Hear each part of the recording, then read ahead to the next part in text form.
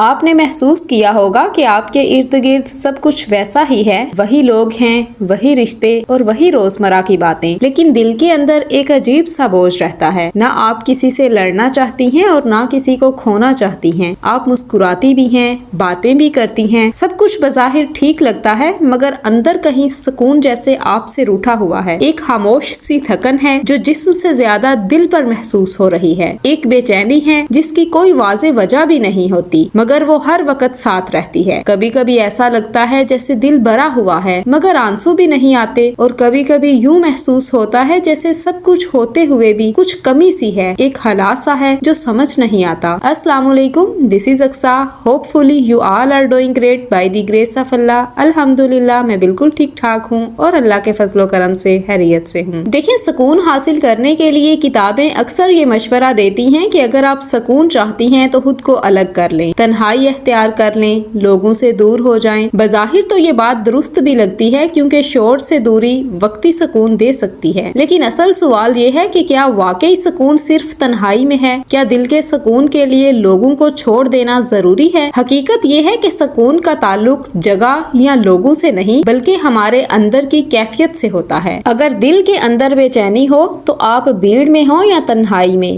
وہ احساس آپ کے ساتھ ہی رہتا ہے، اور اگر آپ کا دل مطمئن ہو تو شور میں بھی آپ سکون محسوس کرتی ہیں۔ تنہائی ہمیشہ حل نہیں ہوتی، بعض اوقات یہ انسان کو اپنے ہی خیالوں میں مزید الجھا دیتی ہے۔ اصل سکون شاید اس میں ہے کہ ہم اپنے دل کو سمجھیں، اپنی الجھنوں کو پہچانیں اور آہستہ آہستہ خود کو ہیل ہونے کا موقع دیں۔ یہ بھی ضروری نہیں کہ ہم سب کچھ ایک دم ٹھیک کر لیں، بعض اوقات صرف یہ مان لینا کہ ہم تھکے ہوئے ہیں اور ہمیں تھوڑا سا ٹھہرنے کی ضرورت ہے، یہی سکون کی شروعات ہوتی ہے۔ دیکھیں، لوگوں کو چھوڑ دینا ہمیشہ حل نہیں ہوتا، اور ہر تعلق سے دور ہو جانا دل کو سکون نہیں دیتا۔ اصل حکمت یہ ہے کہ ہم ایسا راستہ اپنائیں جہاں رشتے بھی محفوظ رہیں، دل بھی بار بار نہ دکھے اور ہم خود بھی اندر سے ہلکی اور مطمئن محسوس کریں۔ یہ راستہ دراصل توازن کا راستہ ہے۔ سب سے پہلے تو ہمیں یہ سیکھنا ہوتا ہے کہ ہر بات کو دل پر نہ لیا جائے۔ ہر انسان اپنی فطرت، اپنی سوچ اور اپنی کمزوریوں کے ساتھ پیدا ہوتا ہے، اس لیے ہر بات یا ہر رویہ ہمارے خلاف نہیں ہوتا۔ جب ہم یہ سمجھنا شروع کر دیتی ہیں تو دل کا بوجھ خود بخود ہلکا ہونے لگتا ہے۔ پھر ایک اہم چیز یہ ہے کہ حدود یعنی باؤنڈریز بنا لیں۔ اس کا یہ مطلب بھی نہیں کہ ہم لوگوں سے دور ہو جائیں، بلکہ اس کا مطلب یہ ہے کہ ہم اپنی عزت نفس اور سکون کو سمجھتے ہوئے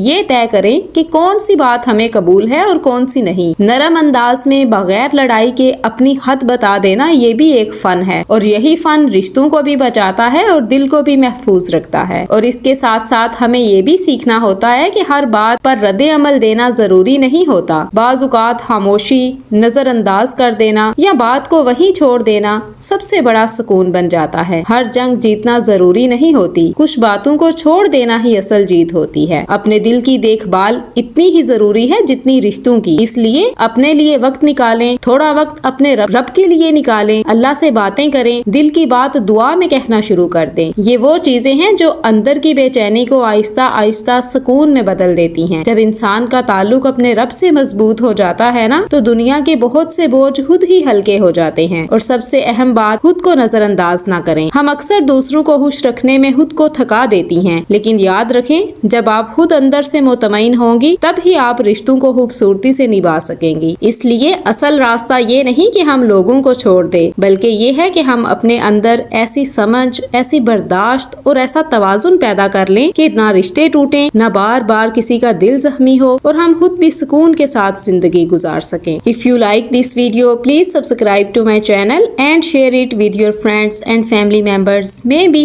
this small message can change someone's life. See you in the next video, inshallah. Till then, stay happy and stay positive.